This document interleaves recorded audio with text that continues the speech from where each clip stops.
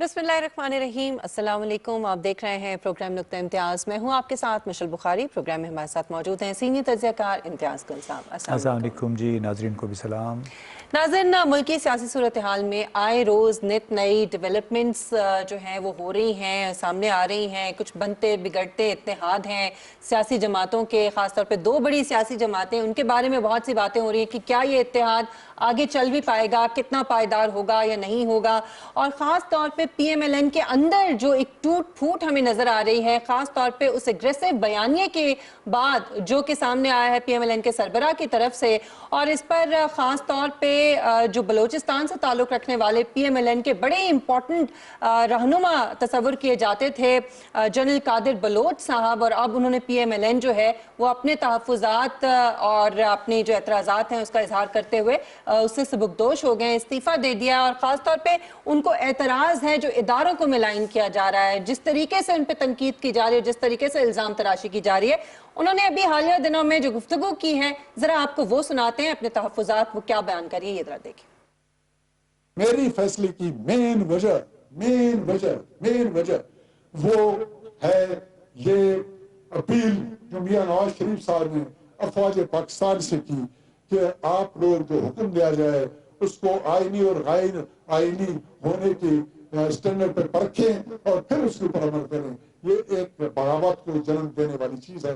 मैं पाकिस्तान फौज की वजह से जो कुछ हूँ, पाकिस्तान की फौज की वजह से हूँ, जो कुछ था पाकिस्तान फौज की वजह से था। मैं कभी सोच भी नहीं सकता हूँ कि अफवाज पाकिस्तान के खिलाफ इस किस्म की बातचीत करने वाले, इस किस्म की अपील करने वाले ग्रोह के साथ मैं रहूं और मैं उनका साथी रहूं और उनके साथ रहूं। इस वजह से मैंने इसकी बुनियाद के ऊपर मैंने उसी दिन अपना फैसला कर लिया। ये जो बात जो वजह अभी मैंने बताई, ये फौज के अंदर बगावत के बीज बोने वाली, इसका अगर मेरा चीफ भी कहेगा, मेरी बाप भी कब्र से अगर बाहर निकल के मुझे आके कह दे कि ये वो अपना फैसला वापस ले, तो ये कभी भी वापस नहीं लूंगा।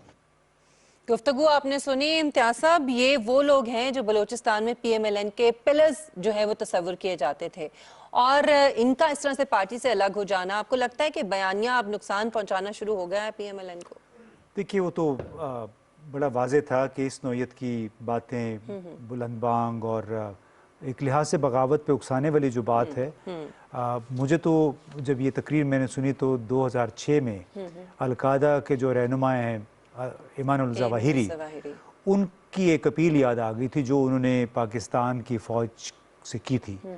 और उन्होंने बुनियादी तौर पे जो ऑफिसर्स हैं उनको ख़िताब करते हुए ये कहा था कि आप इस फ़ौज और अपने जर्नलों की बात सुनना छोड़ दें क्योंकि ये अमेरिका नवाज़ हैं।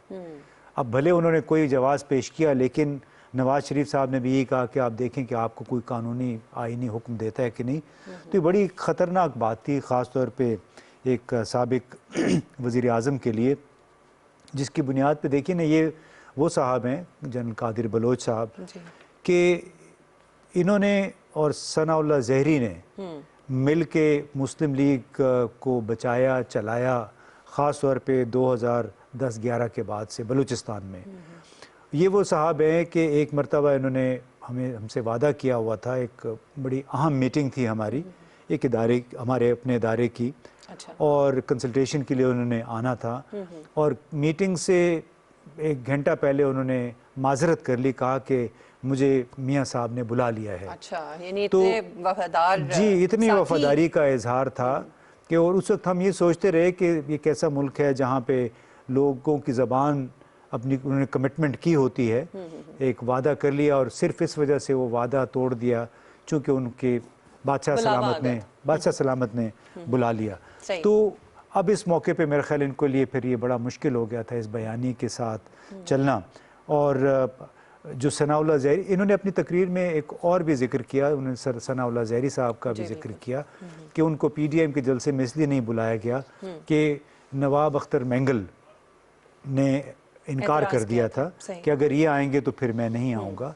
इसके अलावा एक और जो शिकायत की ख़वातीन के हवाले से, उन्होंने कहा कि हमने चाय का बंदोबस्त किया हुआ था मरियम नवाज़ साहिबा के लिए और हमारी ख्वाहिश थी कि वो जलसे के बाद वहाँ पे आती, लेकिन उन्होंने जलसे के फ़ौरन बाद वो सीधी गाड़ी में बैठ के चली गईं और हमारी ख़वातीन से मिलना इंतज़ार तक करती रह गईं।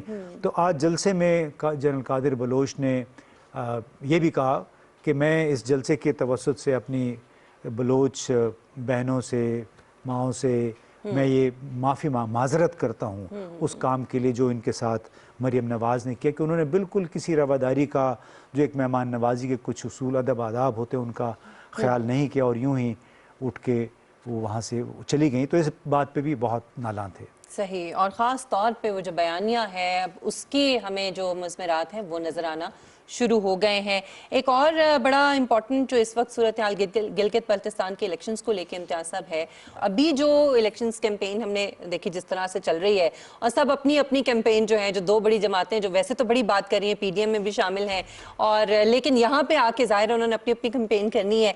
आपको लगता है कि बिलावल भुट्टो की जो अभी हालिया दिनों में बयानात आए हैं, फिर एक इंटरव्यू भी उन्होंने दिया है, तो कुछ ये पार्टीज दोनों आगे चलेंगी या ये देखिए पार्टी का आगे चलना कोई मुझे उसके इम्कानात कोई बहुत रोशन नहीं है। आप माजी को भी देखें और हाल को भी देखें। माजी में भी ये एक दूसरे को सड़कों पे घसीटने की बातें करते रहे हैं, आपको मालूम है। और ट्रस्ट डेफिसिट इनका रहा है अभी। ट्रस्ट डेफिसिट वो बिल्कुल उनके दिलों में बैठा हुआ है, पक्का घर बना हुआ है।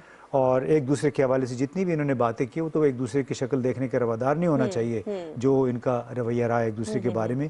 लेकिन वो बुग़्ज़ मुआविया में अब इकट्ठे हो गए हैं, तो अल्लाह करे कि इनका साथ इनका चलता रहे, लेकिन ये बेल कोई मंडे नहीं चढ़ेगी।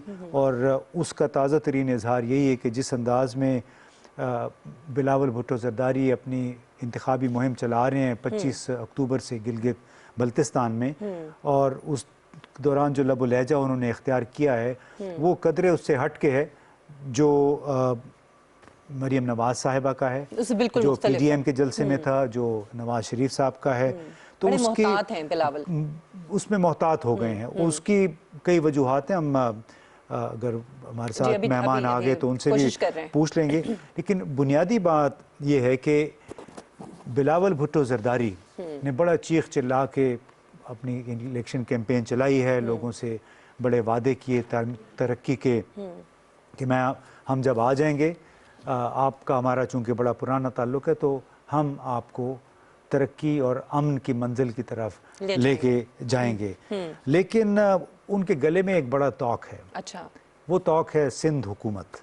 सिंध में पीपल्स पार्टी की कम से कम 10 साल से हुकूमत बिला शिरकत गैरे, और उससे पहले वो MQM के साथ मिल के हुकूमत करते रहे हैं। अब वो सूबा सिंध में की जो ज़बूहाली है वो इनके गले में एक तौक है कि आप वहाँ से 1000-2000 किलोमीटर दूर जाके लोगों से वादे वईद कर रहे हैं, लेकिन वो शहर कराची, हैदराबाद, लाड़काना एक ऐसा सूबा जहाँ पे गुज़िश्ता 12 बरसों के दौरान 13 बरसों के दौरान कोई 3 ट्रिलियन रुपए मुंतकिल हुए हैं एनुअल डेवलपमेंट प्लान के तहत। लेकिन आप उनके सड़कों की हाल देखें, नदी नालों की हालत देखें, पुलों का हाल देखें, कचरे के ढेर वहाँ पे देखें, थर में गुर्बत और बीमारी के बायस जो बच्चों की हलाकत है, वहाँ पानी का मसला है। जो इन्होंने इनके बहुत सारे MPAs MNAs हैं, उन्होंने तरक्याती स्कीमों के नाम पे वहाँ पे कितने 100 ट्यूबवेल्स, रिवर्स ऑस्मोसिस प्लांट्स उन्होंने लगाए, पानी फिल्ट्रेशन प्लांट थे, लेकिन आज उनमें से हमें जो बताया जाता है कि एक भी फंक्शनल नहीं है, और अरबों रुपए उस खाते में इन लोगों के अकाउंट्स में जा चुके हैं। तो फिर किस मुंह से आप वादे करते हैं गिलगित बल्तिस्तान के लोगों से? तो ये तमाम जो सूरत हाल है बुनियादी तौर पे बिलावल भुट्टो ज़रदारी के दावों का एक मजाक उड़ा रही है कि आपने जोश खिताबत आपका तो है, मगर अंदाज़ खिताबत आपका 30-40 साल पुराना है। जो जुल्फ़िकार अली भुट्टो साहब थे, जो शेख मुजीब जिस अंदाज में तकरीरें करते थे, अब लगता है कि इन लोगों ने कभी अटल बिहारी वाजपेयी जो भारतीय वज़ीर आज़म थे, या डॉक्टर मनमोहन सिंह उनके बाद में आए थे, LK अडवाणी या हसीना वाजिद की तकरीर नहीं सुनी है। बड़े एतदाल से ठंडे मिजाज के साथ वो तकरीरें करती, चीख चिल्ला के, माइक गिरा के, یہ سمجھ نہیں آتی کہ ان کو کنہوں نے ان کے گلے میں یہ گھٹی ڈال دی سندھ ہے. میں شاید لوگ سنتے ہیں ان کی ایسی زبان کے بس وہ عادی چونکہ ہیں جہالت کا یہ فائدہ اٹھاتے ہیں شاید. حالانکہ دیکھیے بھارت، بنگلہ دیش، پاکستان خطہ ایک ہی ہے، ایک ہی جیسے لوگ ہیں، ایک ہی جیسا نظام ہے. سب ہم انگریز کی غلامی میں رہے، ایجوکیشن کا نظام وہی ہے. لیکن ان کی آپ تقاریر سنیں تو اس طرح لگتا ہے کہ جیسے ایک بھونچال آیا ہوا ہے، طوفان آیا ہوا ہے. اب سیاسی حقوق کے لیے چیخ و پکار، احتجاج بڑی اچھی بات ہے، لیکن اس کے ساتھ ساتھ آپ ذمہ داری کا بھی پھر ذکر کریں، ذمہ داری بھی اٹھائیں. وہ ذمہ داری جو آپ کے کندھوں پہ ڈال دی گئی ہے آئین پاکستان کا حلف اٹھانے کے بعد. جی سو ہم ایک آرٹیکل دیکھ رہے تھے فہد حسین صاحب کا، ہمارے دوست ہیں، تو انہوں نے اپنا اختتامی جو پیراگراف ہے بڑا اچھا لکھا ہے. اور ان کا کہنا ہے کہ بلاول بھٹو زرداری کے پاس ابھی بہت وقت ہے، ان کے پاس حالات سے فائدہ اٹھانے کا موقع اور اپنا راستہ بنانے کا موقع بھی ہے، مگر اس سے پہلے انہیں اس تباہ حال دھرتی پر بھی نظر ڈالنی ہوگی سندھ پر جہاں ان کی پارٹی سالہ سال سے حکمران ہے. صحیح. ان علاقوں کو بھی دیکھنا ہوگا ہاں. جہاں ان کی پارٹی کو کبھی حکمرانی کا حق حاصل ہوا، ووٹ ملے تھے، مگر اب وہاں پہ وہ مسترد ہو چکی ہے. ایک سوال کا جواب بلاول بھٹو زرداری کو ضرور دینا ہوگا ان تمام امور پہ غور کرنے کے بعد کہ وہ آخر کس کی نمائندگی کرتے ہیں، ان کا مشن کیا ہے. آپ نے ذکر کیا ہے فہد حسین صاحب کا، تو اس وقت ہمارے ساتھ موجود ہیں سینئر صحافی اور کالمسٹ. بہت شکریہ فہد صاحب آپ کے وقت کے لیے. آپ کے آرٹیکل ہی کا ذکر ہو رہا تھا اور آپ نے بڑا اس میں بلاول بھٹو زرداری کے جو طرز سیاست ہے اس کی بات کی ہے. ایک تو میں آپ سے یہ پوچھنا چاہوں گی کہ گلگت بلتستان میں جس طرح سے وہ دعوے کر رہے ہیں، وعدے کر رہے ہیں، بڑے زور شور سے وہ تقریریں کر رہے ہیں، اس کو دیکھتے ہوئے اور اوور آل ان کا جو طرز سیاست ہے اور ان کی لیڈرشپ میں پیپلز پارٹی کا مستقبل آپ کیا دیکھ رہے ہیں؟ بہت شکریہ مشل اور امتیاز صاحب. دیکھیے یہ جو معاملہ ہے ان کی سیاست کا، وہ جو میں نے آج لکھا ہے اس میں آپ نے نوٹ کیا ہوگا کہ میں نے ان کے ایک جو ان کی اس ٹائم اسٹرینتھ ہے اور جو ویکنس ہے دونوں کا ذکر کیا ہے. یعنی کہ گلگت بلتستان میں اگر وہاں کے الیکشن میں کسی نے جان ڈالی ہے تو وہ بلاول بھٹو ہی ہیں. لیکن اس کے ساتھ ساتھ جو دیگر ان کی کمزوریاں ہیں ان کی سیاست میں اور جو ان کی لمیٹیشنز ہیں ان کا بھی میں نے ذکر کیا. اب ان تمام چیزوں کو مد نظر رکھتے ہوئے آپ نے جو بہت ہی بڑا میرے سے سوال کر لیا ہے کہ مستقبل کیا دیکھتے ہیں. آبویسلی اس میں بہت بڑی پریڈکشن کرنا تو مشکل ہے، لیکن میرے خیال ہے بہت حد تک جو کچھ بھی مستقبل کی سیاست بنے گی بلاول صاحب کی، اس کا انحصار یہ ہوگا کہ وہ اس وقت کیا پوزیشننگ لیتے ہیں. یعنی کیا وہ مکمل طور پر پی ڈی ایم کا جو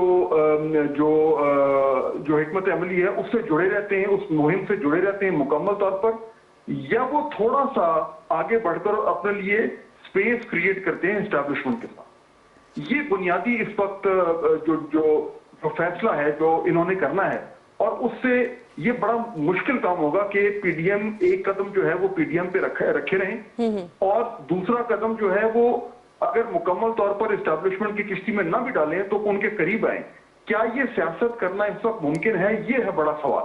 لیکن مجھے لگ یہ رہا ہے کہ پیپلز پارٹی اور خاص طور پہ بلاول صاحب چاہ یہ رہے ہیں کہ کچھ سپیس ان کی جماعت کے لیے کریٹ ہو جو کہ پچھلے 3 4 5 سال میں بہت حد تک کم ہو گئی. ہاں لیکن فہد جو اصل ہم سوال بھی آپ سے یہ پوچھنے ہی چاہ رہے تھے کہ مریم نواز صاحبہ، آپ نے چونکہ ان کا ذکر کیا کہ یہ نسبتاً جوان لوگ ہیں، ان کے لیے ابھی بہت وقت پڑا ہوا ہے اور یہ اپنے لیے راستہ بھی بنا سکتے ہیں. اس وقت مریم نواز صاحبہ نے بہت جارحانہ انداز گفتگو اختیار کر رکھا ہے. والد صاحب کی ان کو آشیرواد حاصل ہے، دونوں کا بیانیہ ایک ہی جیسا ہے.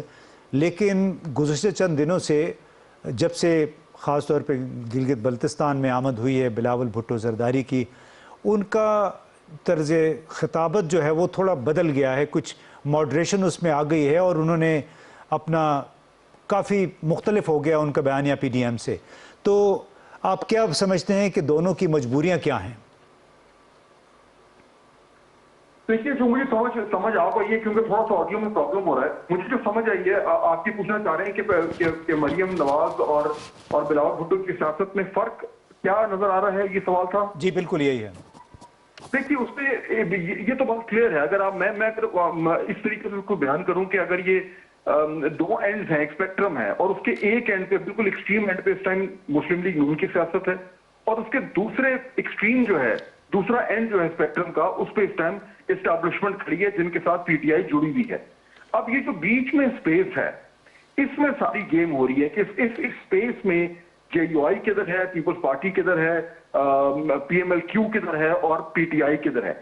इसमें देखिए कि मरियम नवाज साहिबा की जो सियासत है वो तो जाहिर बात है उनकी वालिद के बयानिए से जुड़ी हुई है, तो वो तो उस दूसरे एंड को संभाल के बैठी रहेंगी। उस एंड पे इस वक्त उनके पास कुछ ज्यादा स्पेस नहीं है और वो कोशिश कर रहे हैं कि क्रिएट हो। लेकिन जो बिलावल साहब की सियासत है उसमें मेरा ख्याल है कि इस वक्त ज्यादा लचक है, क्योंकि उन्हें मालूम है कि एक एंड तो पकड़ लिया है पीएमएलएन, अब दूसरा एंड एस्टैब्लिशमेंट के पास है, तो जब तक वो लचक पैदा नहीं करेंगे उनके पास वो स्पेस उनको नहीं मिल पाएगी जो शायद पीएमएलएन और मरियम साहिबा ले लें अगर उनकी मुहिम कामयाब होती है। तो ये बताइए तो ये एक ट्रिकी सा मामला है इस वक्त।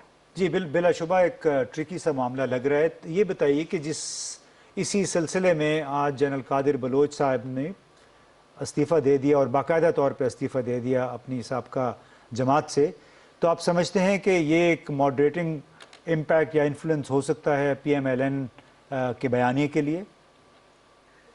देखिए मेरा ख्याल है मॉडरेटिंग तो शायद न हो पाए, लेकिन ये जरूर है कि थोड़ा सा वो नजरसानी जरूर करेंगे कि वो किस तरीके से अपने बयानिए को जो है वो आगे लेके चल रहे हैं। मुझे नहीं लगता कि मियां नवाज शरीफ साहब जो हैं वो एक लोगों की इस तरीके से जो उनसे अलहदगी है उससे वो अपना बयानिया जो है वो तब्दील करेंगे। मुझे ये लगता है कि उन्होंने बड़ी सोच समझ के अपना ये बयानिया जो है उसको अपनाया है। हाँ ये जरूर है कि उस बयानिए की जो उसकी जो अमल दरामद है अमली सियासत में वो कैसे हो रहा है, उसमें अप्रोच में कुछ हद तक शायद लचक पैदा हो सके, लेकिन जो बुनियादी पोजीशन है वो मुझे तब्दील होते नजर नहीं आ रहा। अच्छा, आपने ये कहा फहद साहब कि लचक जो है वो बिलावल को दिखानी चाहिए और इसमें उनका फायदा हो सकता है, लेकिन आपको नहीं लगता कि जो कंफ्यूजन नजर आ रही है उनकी गुफ्तगू में कि ना वो उस तरफ जा रहे हैं ना वो उस तरफ जा रहे हैं, इससे उनको नुकसान भी हो सकता है आने वाले दिनों में? बिल्कुल आप दुरुस्त कह रही हैं, ये बहुत बड़ा रिस्क है, इसमें नुकसान बिल्कुल हो सकता है। देखिए इस वक्त बिलावल भुट्टो साहब और उनकी जमात के पास जो है वो एक स्टेक है सिस्टम में, उनके पास एक सूबाई हुकूमत है और वो उस जमात के लिए बड़ी जरूरी है। इस वक्त पीटीएम में जो मरकजी जमातें उसमें सिर्फ पीएमएलएन और जेयूआई ऐसी दो जमातें हैं जिनका इस वक्त मौजूदा निजाम में कोई स्टेक नजर नहीं आ रहा। पीपल्स पार्टी को अच्छी तरह मालूम है कि उनकी अगर सियासत आगे चलनी है तो उनको सिंध हुकूमत रखनी है, वो उसको गंवा नहीं सकते, इसलिए जो कुछ भी वो करेंगे उसमें वो उस तरह का रवैया अपनाएंगे या हिकमत अमली अपनाएंगे जिसमें उनकी सिंध हुकूमत जो है वो दाव पे नहीं लग जाती। इससे ये रिस्क जरूर है कि वो लचक से उनको फायदा भी हो सकता है, लेकिन अगर ये भी हो सकता है कि वो ना 3 में रहे ना 13 में। चलिए बहुत बहुत शुक्रिया फहद। अच्छा इम्तियाज साहब, जो उन्होंने गुफ्तगू की है, जो मैंने भी सवाल किया कि कंफ्यूजन है और उन्होंने भी कहा कि उनको नुकसान हो सकता है पीपल्स पार्टी को इससे, आप क्या कहेंगे? जाहिर है पीपल्स पार्टी बाहर अपना इक़्तिदार सिंध को तो नहीं खोना चाहेगी, उसकी वजह से उन्होंने अपना थोड़ा लबो लहजा तब्दील किया है और मुश्किल में नहीं फंस गई कि समझ नहीं आ रही उनकी कि उधर साथ दें या उधर साथ दें? देखिए कोई मुश्किल नहीं है, उनको पता है कि उन्होंने क्या करना है। वक्ती तौर पे आप दूसरों के साथ चल पड़ते हैं, लेकिन लॉन्ग टर्म में ये शुरू से क्लियर था कि ये एक दूसरे के बयानी के बोझ नहीं बर्दाश्त कर सकते, खासतौर पे जो पुरानी इनकी रकाबतें हैं उसकी वजह से भी। सही। और दूसरी सबसे बड़ी बात जिससे हमने इब्तिदा की थी कि शायद बिलावल भुट्टो जरदारी को किसी ने ब्लूमबर्ग की वो रिपोर्ट नहीं दिखाई, जिसमें उन्होंने उस रिपोर्ट में कहा गया कि कराची दुनिया भर के 100 शहरों में से बदतरीन शहर है, यानी आखिरी नंबर पे आया है जहाँ तक पब्लिक ट्रांसपोर्ट का ताल्लुक है। दिखाई तो होगी, देखी भी होगी, लेकिन किस मुंह से तो मैं ये तो कह रहा हूँ कि वो किस मुंह से दूसरे इलाकों में जाके कहते हैं कि हम यहाँ पे नई सड़कों का जाल बिछा देंगे और शहद की नहरें बहा देंगे।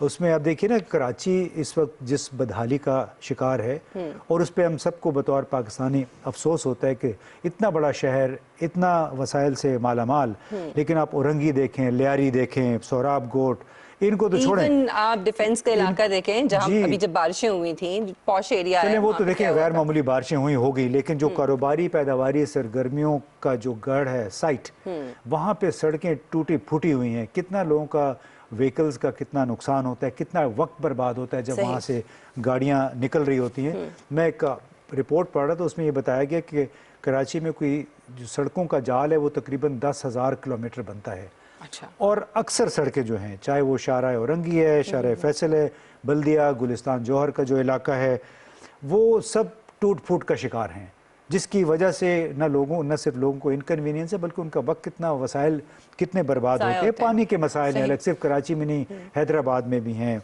गंदगी के ढेर हैं। बल्कि अयाज पलीजो साहब एक जो नेशनलिस्ट रहनुमा है, उन्होंने तो आज ये भी कहा, बहुत ज़्यादा उन्होंने वजाहत से नाम वगैरह कोई नहीं लिए, लेकिन उन्होंने ये कहा कि सिंध में अरबों मालियत की ज़मीनें और झीलें मुख्तलिफ कब्जे में हैं। अब किसके कब्जे में ये उन्होंने नहीं बताया। ज़ाहिर है अशराफिया का ही कब्जा होता है, वही पार्टियां जो कि इक़्तिदार में हैं, एक दूसरे को सपोर्ट भी करती हैं, प्रोटेक्ट भी करती हैं।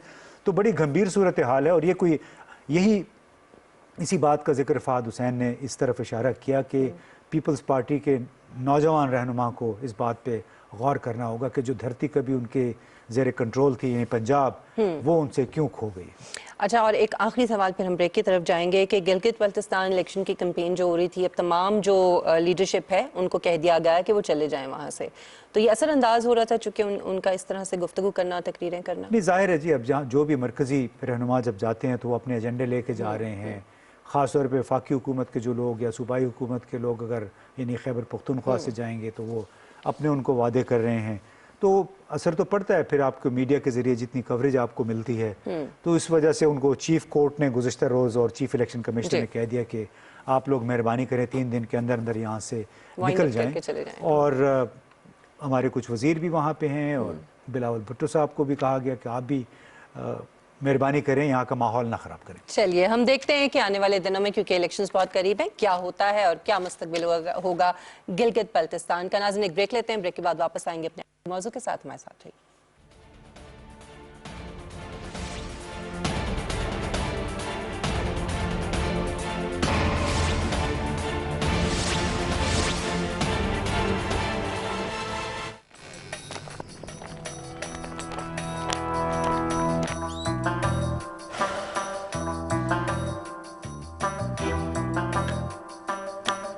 बेटा, हाथ धो लो पहले।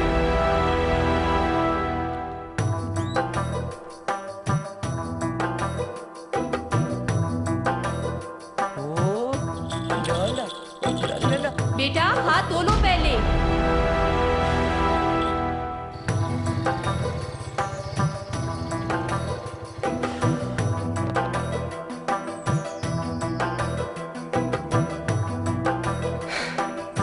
थक गया हूँ बहुत। लाला, हाथ तो धो लो पहले। ये क्या आप सब हाथ धो के हाथ धोने के पीछे ही पड़े हो? खाना खाने से पहले भी हाथ धो, खाना खाने के बाद भी हाथ धो, सुबह भी हाथ धो, शाम को भी हाथ धो, बाहर से आऊं तब भी हाथ धो। अरे इतना हाथ तो धोऊंगा तो खाल उतर जाएगी मेरी। और अगर इतनी बार हाथ नहीं धोगे ना बेटा, तो जिंदगी से हाथ धो बैठोगे। अच्छा लगे या बुरा, सेहतमंद और जिंदा रहना है, कोरोना से बचना है, बेटा हाथ तो धोने पड़ेंगे। कहो तो मैं आके सिखाऊं? नहीं नहीं, मैं समझ गया।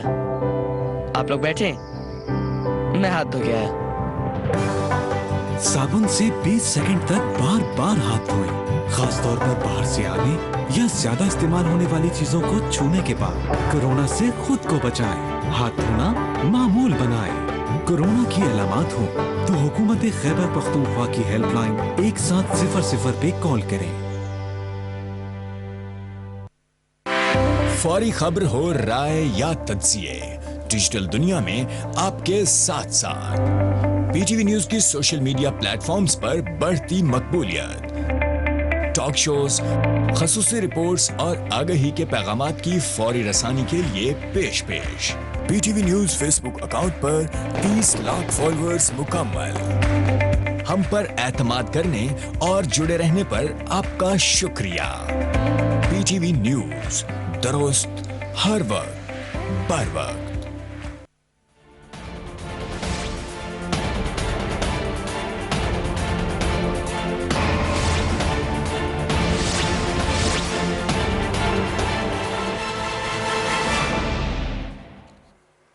Welcome back.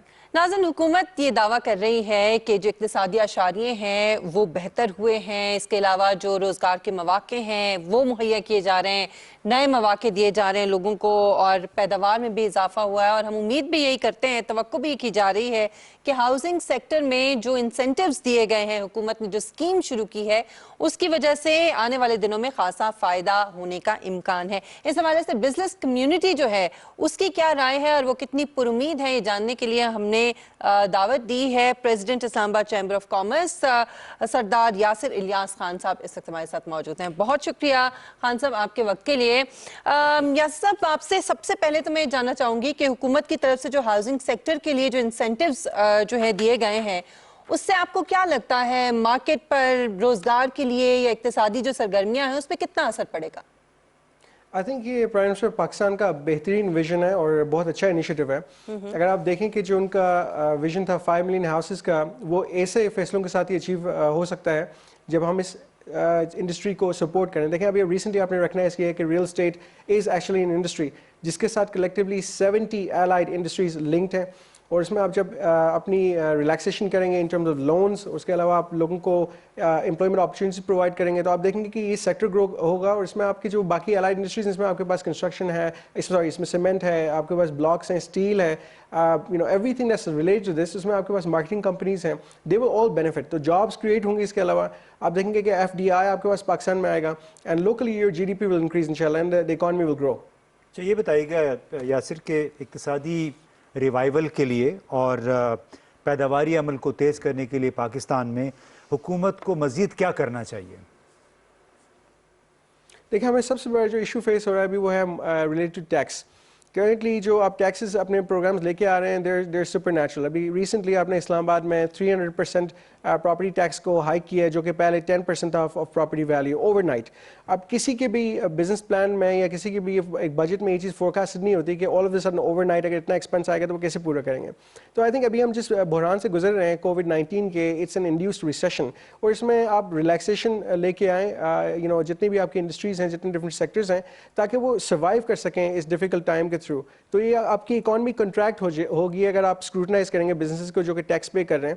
تو آئی تھنک ان کو سپورٹ کرنے کے لیے FBR کو ریسٹرکچرنگ کر کے جو لونز ہیں اس سال کے ان کو ڈیفر کریں، ان کو انسٹالمنٹس پلان میں لے کے آئیں، تاکہ اگر آپ نے یہ ٹیکسز لگانے بھی ہیں تو ان کو اوور پیریڈ آف ٹائم لگائیں as compare to doing it over night.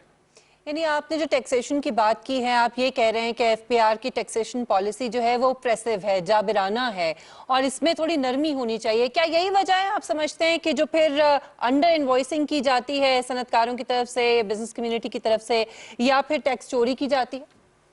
دیکھیے، ٹیکس ایویژن اور ٹیکس نیٹ میں نہ آنے کی بنیادی وجہ یہی ہے کہ آپ لوگوں کو اتنا اسکروٹنائز کر رہے ہیں۔ اگر آپ نے اپنی ٹیکس بیس انکریز کرنی ہے، میں آپ کو ایگزامپل دیتا ہوں کہ جو ہمارا جو tax to GDP ratio Pakistan کا ہے وہ اراؤنڈ 11.4% ہے، جبکہ اس کو اگر ہم کمپیئر کریں اپنے ہمسائے ملک بنگلہ دیش سے کمپیئر کریں جو کہ ہم سے چھوٹی اکانومی ہے لیکن دے گروئنگ ایٹ اے سگنیفیکنٹ پیس، وہ 8.5% ہے۔ اور اس کے علاوہ آپ دیکھیں جو ہماری ریزروز ہیں پاکستان کی بہت کم ہے کمپیئر ٹو ہمسائے ملک، آپ کی تقریباً کلیکٹیولی 19 بلین ہوں گے، ان کی تقریباً 21 بلین ہے۔ دیکھیں پاکستان میں ابھی آپ POS سسٹم لا کے فورس کر رہے ہیں ٹریڈرس کو کہ آپ نے POS سسٹم کنیکٹ کرنا ہے with FBR، this is not the way. اس کا سمپل طریقہ میں آپ کو ایگزامپل بتاتا ہوں۔ اگر آپ والیوم پہ کام کریں، آپ صرف 50 لوگوں کو نیٹ میں لے کے آئیں گے تو وہ کتنا آپ کو پے کریں گے کمپیئر ٹو 5000۔ تو اگر آپ اس میں ہنڈریڈز اینڈ تھاؤزنڈز آف لوگوں کو لے کے آتے ہیں، کرنٹلی صرف 7 سے 8% لوگ ٹیکس دے رہے ہیں۔ اگر ہم 20-30% پہ بھی پہنچ جائیں تو آپ امیجن کریں کہ آپ کی اکانومی اس کا کتنا بڑا کنٹریبیوشن ہوگا، انفراسٹرکچر کے اوپر آپ کتنا کام کر سکتے ہیں، اور آپ کو فنڈ ریزرو میں کتنا موجود ہوگا اگر آپ ٹیکس نیٹ میں لوگوں کو لے کے آتے ہیں through conducive policies, through tax reforms. جی، وہ آپ نے چونکہ پوائنٹ آف سیل کی بات کی تو اس سے مجھے پھر ذہن میں یہ سوال اٹھتا ہے کہ کیا یہ ٹرسٹ ڈیفیسٹ کی بات ہے؟ کیونکہ یہ بھی ایک تاثر ہے کہ عام طور پہ صنعت کار، تاجر، دکاندار وہ ایمانداری سے ٹیکس نہیں دیتے ہیں، تو کیا آپ سمجھتے ہیں کہ اگر کہاں کوئی درمیانی رستہ تلاش کیا جا سکتا ہے کہ پوائنٹ آف سیل انسٹال بھی نہ ہو اور تمام دکاندار جتنی بھی بزنس کمیونٹی ہے وہ ایمانداری سے اپنا ٹیکس بھی دے؟ سر، اس میں اگر آپ فکس ریٹ کے اوپر لوگوں کو لے کے آئیں، initially start with a very supportive and conducive policy, ان کو آپ آن بورڈ لیں، over the period of time taxes ویسے بھی انکریز کیے جا سکتے ہیں جیسے دنیا جہان میں ہوتے ہیں. ہم پاکستان میں اوور نائٹ اگر اتنی اسٹرکٹ پالیسیز لے کے آئیں گے کوئی بھی ان کو انڈورس نہیں کرے گا. یہ ٹرسٹ ڈیفیسٹ ہی ہے کہ آپ یہ کہہ رہے ہیں کہ جو آپ کے بزنس مین ہیں, جو تاجر ہیں, جو ٹریڈرز ہیں, انڈسٹری میں جو لوگ بیٹھے ہوئے ہیں چور ہیں, بلکہ یہ وہ لوگ ہیں جو آپ کی اکانومی کا پہیہ چلا رہے ہیں, یہ وہ لوگ ہیں جو کنٹریبیوشن دے رہے ہیں اس ملک کو. تو ان کو آپ کیوں اسکروٹنائز کر رہے ہیں؟ ان کو آپ اپریشیٹ کریں, ان کو آپ ریلیکسیشن دیں تاکہ وہ اس ملک میں مزید بہتری لا سکیں بائی کنٹریبیوٹنگ. صحیح. اچھا یاسر صاحب, کووڈ-19 کی وجہ سے پہلے یہ خدشہ تھا کہ بہت زیادہ اثر پڑے گا کاروبار کے اوپر. اب جس طرح سے ہمیں یہ لگ رہا ہے کہ اقتصادی اشاریے جو ہیں وہ بہتری کی طرف جا رہے ہیں, اب دوبارہ دوسری ویو جو ہے وہ بھی آ چکی ہے, تو آپ ایک تو یہ جو اس وقت صورتحال ہے جو بہتر نظر آ رہی ہے, کیا آپ کریڈٹ دیں گے گورنمنٹ کو؟ دوسرا یہ کہ خدا نہ خواستہ اگر یہ جو اس وقت ویو ہے اس میں مزید اضافہ ہوتا ہے تو پھر صورتحال جو ہے اقتصادی طور پہ آپ کیا سمجھتے ہیں مزید خراب ہوگی؟ دیکھیں میں اگین شکریہ ادا کروں گا پرائم منسٹر پاکستان کو, and we are blessed to have him as our leader, جن کو احساس ہے کہ اس ملک میں ہم کووڈ-19 سے نہیں مریں گے, ہم غربت سے مر جائیں گے. اور اگر اسی سوچ کو ہم لے کے آگے چلیں تو آئی تھنک کہ we can not afford another lockdown. ہم آلریڈی اس ریسیشن سے گزر رہے ہیں جو کہ کووڈ-19 ہم پہ لے کے آ چکا ہے. ہم سمجھ رہے ہیں کہ اگر کووڈ-19 کی خدا نہ خاصہ سیکنڈ ویو آتی ہے جیسے باقی ملکوں میں ہم فیس کر رہے ہیں, تو I think Pakistan needs to enforce SOPs. ہم بجائے اس کے کہ بزنسز کو لاک ڈاؤن کریں یا اسمارٹ لاک ڈاؤن کی طرف جائیں, ہم افورڈ نہیں کر سکتے. پاکستان کے اندر کوئی فائنینشیل ریلیف پیکج نہیں ہے بیکاز ہم as a nation we are short on funds. اس کی بنسبت میں ریکمینڈ یہ کروں گا گورنمنٹ آف پاکستان کو کہ آپ ٹیکسز میں لوگوں کو ریلیف دیں, اور اگر لاک ڈاؤن کی طرف مجبوری ہے آپ کو جانا, جسٹ پروموٹ دی SOPs کہ جو لوگ SOPs نہیں فالو کریں ان کو آپ فائنس کریں, ان کو آپ لاک ڈاؤن, ان کو آپ شٹ ڈاؤن کریں, لیکن باقی بزنسز کو آپ اسی بریکٹ میں نہ لے کے آئیں, کیونکہ اس ملک میں جیسے میں نے کہا کہ آپ کووڈ-19 سے نہیں سفر کریں گے جتنا آپ غربت سے سفر کریں گے. غربت سب سے بڑی ڈیزیز ہے. یہ بتائیے گا کہ اس سے پہلے ہم جو بات کر رہے تھے ٹیکسیشن کی, کہ بڑی ایکسٹریکٹیو قسم کی ٹیکسیشن رجیم ہے جس کی وجہ سے سرمایہ کار بھی بھاگ جاتے ہیں, صنعت کار کی ٹیکس ایویژن کرتے ہیں. اس صورتحال کا چائنا پاکستان اکنامک کوریڈور پہ کیا فرق پڑ سکتا ہے؟ اس ٹیکسیشن کے کانٹیکسٹ میں کیا آپ بھی سمجھتے ہیں کہ یہ سی پیک واقعتاً ایک گیم چینجر ہے, یا اس کے لیے بھی ہمیں اپنی جو محصولاتی نظام ہے وہ تبدیل کرنا پڑے گا؟ سر اس میں میرا ایک بڑا ایلیبریٹو آنسر ہے. دیکھیں CPEC is a great initiative of Pakistan. اس میں ہم بہت بینیفٹ لے سکتے ہیں, لیکن اس کے ساتھ ساتھ ہمیں پاکستان کی انڈسٹری کو بھی پروٹیکٹ کرنا ہے اور پروموٹ کرنا ہے. اس پہ جب ہم بزنس کمیونٹی کی بات کرتے ہیں تو ہماری ریکمنڈیشن یہ ہوگی, کیونکہ ہم نے FTA جو ایگریمنٹس ہمارے ہوئے ہیں وہ ریویو کیے ہیں, ہم نے NTC کے ساتھ ہم نے اپنے سیف گارڈز بھی ریویو کیے ہیں, اور ہم سمجھتے ہیں کہ دیر از اے لاٹ آف گیپ. ہم سمجھتے ہیں کہ کافی چیزیں جو اوور لکڈ ہیں. دیکھیں اگر باہر کی انڈسٹری آتی ہے تو ڈیفینیٹلی ہمارے پاس فارن ڈائریکٹ انویسٹمنٹ آ رہی ہے, ہمارے پاس اسکل بھی آئے گی, ٹیکنالوجی بھی آئے گی, لیکن اس کے ساتھ ساتھ ہم چاہتے ہیں کہ پاکستان کی انڈسٹری بھی گرو کرے. ہماری ریکمنڈیشن یہ ہوگی کہ اگر ہم چائنیز انڈسٹریز یہاں پہ لگواتے ہیں تو اس کی 50% جو امپلائیز ہوں گے they should be from Pakistan. ہم یہ بھی ریکمینڈ کرتے ہیں کہ جیسے مڈل ایسٹ میں ایک اسپانسرشپ پروگرام ہوتا ہے تو پاکستان میں 30-40% شیئر کسی پاکستانی بزنس کا ہوتا ہے کہ ہم ان کے ساتھ بینیفٹ لے سکیں. اس کے علاوہ sir we need an industrial estate in Islamabad. آپ کی کرنٹلی جو انڈسٹری لگی ہوئی ہے I-9 I-10 میں وہ سیچوریٹ ہو چکی ہے, وہاں پہ جگہ نہیں ہے. اگر ہم یہاں پہ اناؤنس کرتے ہیں ہمارے جو بزنس مین یہاں سے ہتار جا رہے ہیں, آپ کے پڈمک میں جا رہے ہیں, وہ ایک اپرچونٹی لاس ہے ہمارے لیے. پلس مینجمنٹ کے پوائنٹ آف ویو سے 2 سے 3 دن آپ کے ضائع ہو جاتے ہیں اگر آپ وہاں جا کے اپنی انڈسٹری مینیج کریں گے. تو we need to appreciate the fact کہ یہاں پہ بزنس مین پیسے لگانے چاہتے ہیں, لوکل بزنس مین لگانے چاہتے ہیں. فارن ڈائریکٹ انویسٹمنٹ تو ویسے بھی آپ کی ہوتی ہے, لیکن we need to introduce special economic zones جہاں پہ فارن کمپنیز آ کے کہہ سکیں کہ ہمیں یہاں پہ ٹیکس ریلیف ملے گی, اور یہاں پہ ہم اپنی انڈسٹری کا سیٹ اپ لگا سکتے ہیں, چاہے وہ اسمبلی ہو چاہے وہ مینوفیکچرنگ ہو. اگر پاکستان کا آپ کلیکٹیو ایکسپورٹ دیکھیں تو اوور دا لاسٹ 3 ایئرس یہ لگ بھگ $22 بلین کی ہم بات کر رہے ہیں, جبکہ جو پاکستان کا رقبہ ہے 8 لاکھ اسکوائر کلومیٹرز کا, اور جو پاپولیشن ہماری 212 ملین کی, اس کیپیسٹی کے حساب سے تو ہم 300-400 بلین کو ایزیلی ٹچ کر سکتے ہیں, جو کہ ہم نہیں کر رہے. تو یہ انڈسٹری کے تھرو ہم اچیو کر سکتے ہیں. We need to promote our exports. لیکن یہ بتائیے کہ آپ کہہ رہے ہیں کہ اسلام آباد میں کوئی اسپیشل اکنامک یا انڈسٹریل زون ہونا چاہیے. پہلے ہی فضائی صورتحال اتنی خراب ہے, اتنی پولوشن ہے, اور کوئی سیف گارڈز بہت کم ہیں پولوشن کو روکنے کے لیے. تو آپ سمجھتے ہیں کہ ہتار اور ٹیکسلا یہ آس پاس کتنے قریب علاقے موجود ہیں, اس کے باوجود یہاں پہ ایک اسپیشل انڈسٹریل زون ہونا چاہیے؟ دیکھیں آپ ایگزامپل لے لیں دبئی کی. دبئی میں انہوں نے ایک جبل علی فری زون انٹروڈیوس کیا تھا جہاں پہ کمپنیز جا کے اپنا سیٹ اپ لگا رہے ہیں, پورے GCC کی ڈسٹریبیوشن ہو رہی ہے تھرو جبل علی فری زون. تو کیا ہم اس طرح کے فری زون پاکستان میں نہیں انٹروڈیوس کر سکتے؟ کرنٹلی جو باقی ملکوں نے ٹریڈ وار شروع کیا ہے چائنا کے ساتھ, چائنا کے لیے اسٹریٹجکلی سب سے بیسٹ لوکیشن ہے ہی پاکستان کی. ہم اگر ایئرپورٹ کے پاس اور ان جگہوں پہ ایک انڈسٹریل اسٹیٹ کے ساتھ ساتھ ایک free zone export zone introduce کرتے ہیں تو آپ کی جو ٹریڈ بھی ہوگی. थ्रू सेंट्रल एशिया में आपको बताऊं कि अगर हम यहाँ से बाय शिप भेजें कोई चीज़ तो तकरीबन 30 दिन लगते हैं, बाय रोड 10 दिन लगते हैं। और सेंट्रल एशिया को जो है वो टैरिफ्स नहीं अप्लाई करते यूरोप में, जो कि पाकिस्तान को या चाइना को अप्लाई करेंगे। तो this is the right time. जहाँ तक इन्वायरमेंट की आपने बात किया, बिल्कुल बजा फरमा रहे हैं, किसी भी इन्वायरमेंट में चाहे वो कंस्ट्रक्शन हो, कोई भी इंडस्ट्री हो, उनके ऊपर जब तक आप इन्वायरमेंटली फ्रेंडली रेगुलेशंस नहीं इंट्रोड्यूस करेंगे तो ज़ाहिर है वो कंप्लाइंस कौन करेगा। तो वो तो एक सेपरेट एस्पेक्ट है। लेकिन जहाँ तक हम सर्वाइवल की बात कर रहे हैं, अपॉर्चुनिटी की बात कर रहे हैं, this is the right time, the right opportunity for Pakistan to capitalize on in order for this country to grow at its true potential. बहुत शुक्रिया सरदार यासिर इलियास खान साहब आपके वक्त के लिए। और इम्तियाज साहब, हुकूमत के जो इकदाम हैं, खासतौर पे अब लॉकडाउन ना करने का जो इकदाम है, मेरे ख्याल में ये बड़ा ज़बरदस्त है। और इस पर जो बिजनेस कम्युनिटी का रिस्पॉन्स है, ये सरदार साहब की गुफ्तगू सुन के बड़ा अच्छा है, बड़ा इंकरेजिंग है। नहीं, बिल्कुल उनको भी एहसास है और बड़े ये बाहर से पढ़ के आए हुए हैं और इन्होंने अमेरिका का और यूरोप का मॉडल भी देखा हुआ है।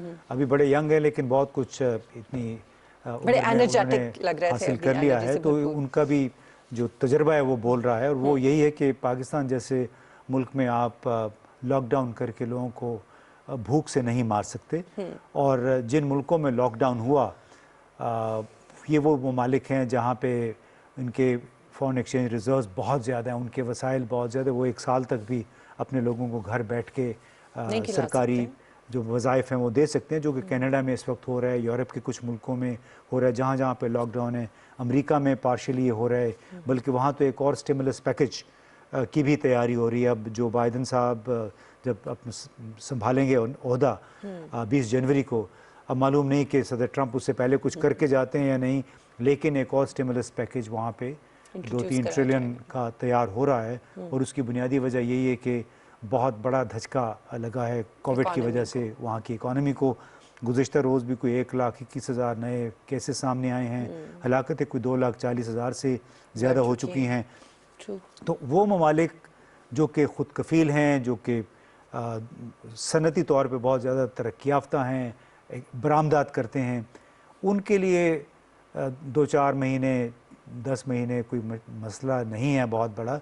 लेकिन पाकिस्तान जैसे मुल्क के लिए बहरहाल आपको मईशत का पहिया चलाना है। यहाँ पे चूँकि उस तरह की डॉक्यूमेंटेड इकॉनमी नहीं है जो कि आप यूरोप में या अमेरिका या कनाडा में देखते हैं, जापान में फॉर दैट मैटर, बल्कि यहाँ पे तो आपको जो अफरादी कुव्वत है उसका तो 50-60% से ज़ायद वो सारा डेली वेजेस पे एक लिहाज से काम करते हैं। वो कारोबार है जो कि बराह रास्त कंडीशनल है उस आपकी रोज़ाना की एक्टिविटी के साथ। यानी अगर आप दुकान नहीं खोलेंगे आपको कुछ नहीं मिले, क्योंकि यहाँ तो हुकूमत कुछ देती नहीं है, यहाँ पे तो वो सोशल वेलफेयर फंड नहीं है यहाँ पे।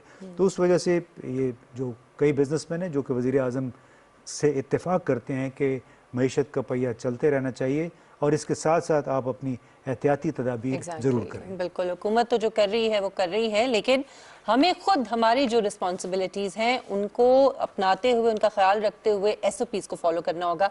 ये बहुत ज़रूरी है। एक ब्रेक लेते हैं नाज़रीन, ब्रेक के बाद वापस आएंगे अपने अगले मौजू के साथ। हमारे साथ रहिएगा।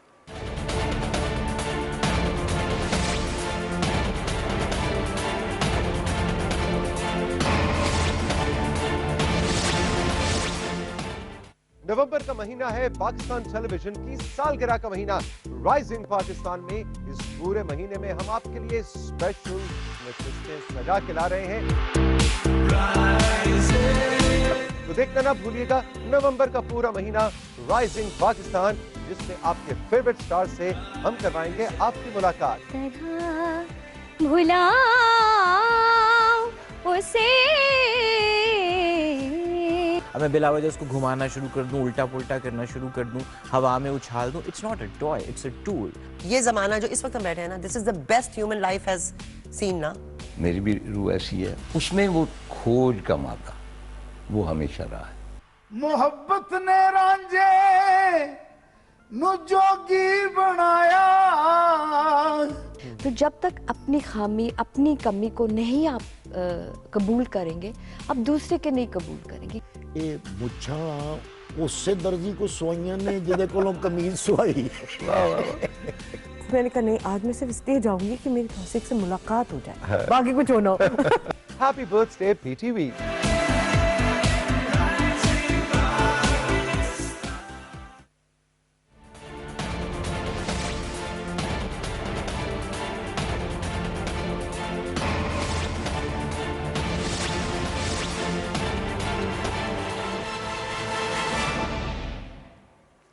वेलकम बैक नाज़रीन। इस वक्त पाकिस्तान में रशियन फेडरेशन स्पेशल फोर्सेस जो हैं वो मुश्तरका जो मशकें हैं उनके लिए पाक फौज के साथ मिलकर पाकिस्तान में मौजूद हैं। 2 हफ्तों के लिए इंसदादे दहशतगर्दी के हवाले से ये मशकें हो रही हैं पाकिस्तान के अंदर, और इसी हवाले से आज हम गुफ्तगू करेंगे। इम्तियाज़ साहब, वैसे तो अमूमन इस तरह की मशकें मुख्तलिफ ममालिक के लोग जो हैं वो आते रहते हैं और फौजी मशकें होती हैं पाक फौज के साथ, लेकिन ये इसकी जो सिग्निफिकेंस है ये रशियन फोर्सेस का पाकिस्तान में आना इन मशकों की, वो क्या देखिए खास अहमियत इन मशकों का नाम द्रूज़बा है। द्रूज़बा का मतलब है फ्रेंडशिप, यानी दोस्ती। दोस्ती के नाम पे ये तीसरी मरतबा इस नौयत की मशकें हो रही हैं और इसमें स्पेशल फोर्सेस शामिल हैं। इसका मतलब है कि हमारी भी स्पेशल फोर्सेस यानी स्पेशल सर्विसेज ग्रुप जो है वो उसमें शरीक होगा और बड़ी ज़बरदस्त किस्म की एक एक्सरसाइज है। उसमें स्काई डाइविंग है, हॉस्टेज रेस्क्यू ऑपरेशंस हैं, क्योंकि बुनियादी तौर पर इंसदाद दहशतगर्दी इसका मौजू है। उस वजह से ये लोग यहाँ पे पहुँचे हैं और कल से ये एक्सरसाइजेज शुरू हो रही हैं तरबेला के पास ही कहीं, हो सकता है पहाड़ों में हो, तरबेला हमें बताया गया है, लेकिन वही इलाका है और बड़ी अच्छी बात है। इससे ये भी ज़ाहिर होता है कि दोनों मुल्कों की जो अफवाज हैं उनके दरमियान ताल्लुकात भी बढ़ रहे हैं और गुज़िश्ता 3-4 बरसों के दौरान तो काफ़ी सारे डेलीगेशन्स रशिया से पाकिस्तान आए हैं। गुज़िश्ता साल इनके वज़ीर तिजारत भी यहाँ आए थे और जो फ़ौजी साजो सामान के हवाले से भी बातचीत चल रही है। पहले हमारे पास रूसी तैयारे होते थे जो आहिस्ता आहिस्ता फिर फेज़ आउट हो गए, लेकिन खुशाइंद बात है कि दोनों अफवाज के दरमियान सिर्फ दो तरफ़ा नहीं है बल्कि शंघाई कोऑपरेशन मैं उसी की तरफ आना चाह रही थी कि उस तनाजुर में ये कितनी इम्पोर्टेंट है और दुनिया के लिए क्या मैसेज है, खास तौर पे अमेरिका जैसे मुल्क के लिए। देखिए अमेरिका शायद मुतासिर नहीं होगा इन एक्सरसाइज से, लेकिन बहैसियत मजमूई शंघाई कोऑपरेशन ऑर्गेनाइजेशन के तहत चूँकि अब उसके 8 मुस्तकिल ममालिक हैं, पाकिस्तान उसका मुस्तकिल मेंबर है 8 में से और 2 साल पहले ही मेंबरशिप मिली थी पाकिस्तान को और भारत को, और उसमें SCO के तहत भी बहुत सारी फ़ौजी मशकें होती रहती हैं। गुज़िश्ता साल भी हुई थी, इस साल के शुरू में भी हुई थी, कभी चीन बुलाता है कभी रूस बुलाता है और उसका बुनियादी मकसद इसका भी लिंक है SCO के साथ। देखिए SCO का इसका बराह रास्त कोई ताल्लुक नहीं है, ये हो रहा है 2 तरफ़ा ताउन के ज़ुमरे में, लेकिन बहरहाल इससे एक दूसरे के बारे में मफ़ाहमत अंडरस्टैंडिंग बढ़ती है और बुनियादी मकसद उसका जो फोकस है वो सिक्योरिटी कोऑपरेशन है, चाहे वो इंसदादी दहशतगर्दी है, चाहे क्रॉस बॉर्डर टेररिज्म है या स्मगलिंग है, ह्यूमन स्मगलिंग जिसको कहते हैं, और इसके अलावा एक और बहुत बड़ा जो इनको मसला है वो नारकोटिक्स का यानी मनशियात का है, जो अफ़गानिस्तान के ज़रिए वस्ती एशिया से होते हुए रूस से फिर होते हुए यूरोप स्मगल होती हैं। ठीक है, तो इब्तदा SCO की हुई इसी तरह थी कि वो इंसदाद मनशियात के लिए आज से 30 साल पहले बनी थी, लेकिन बाद में आहिस्ता आहिस्ता इसका जो इन्होंने फोकस है, जब 9/11 के वाक़यात हुए तो इन्होंने उसको फिर दहशतगर्दी पे भी मरकूज़ कर दिया और सिक्योरिटी एक अम्ब्रेला है। तो उससे पाकिस्तान रूस चीन को करीब आने का बड़ा मौका मिला है और जितने अफ़गानिस्तान के हवाले से भी डायलॉग्स हो रहे हैं, चाहे वो रूस में बीजिंग में, पाकिस्तान भी बिलवास्ता या बराह रास्त उसका ज़रूर हिस्सा होता है। ठीक है, अच्छा, और इसमें चूँकि भारत भी इसका हिस्सा है, मेंबर है SCO का, तो उसके लिए ये जो मशकें हो रही हैं ज़ाहिर है उसके लिए भी एक बड़ा मसला होगा।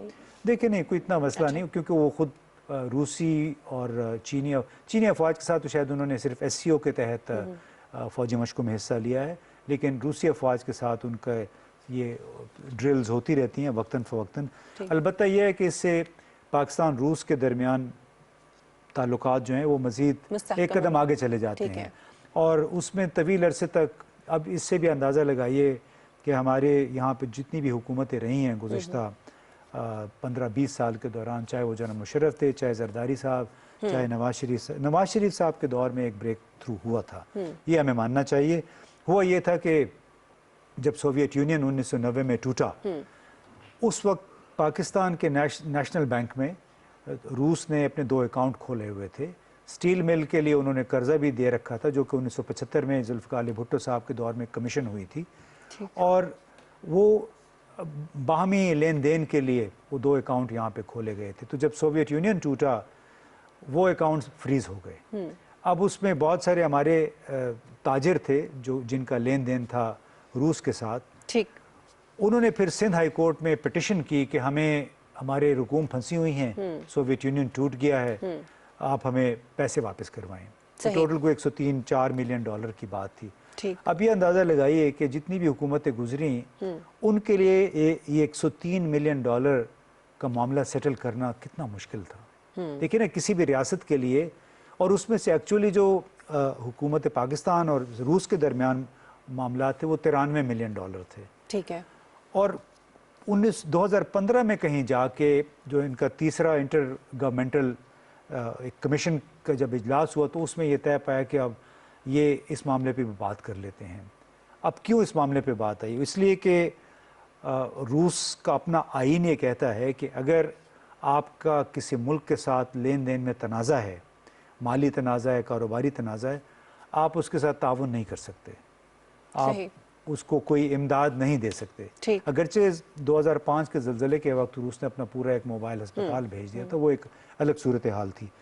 लेकिन 2017 में फिर जाके दिसंबर 2017 में दोनों हुकूमतों के दरमियान एक मुआहदा हुआ। उस मुआहदे के तहत 93.5 मिलियन डॉलर का मामला सेटल हुआ।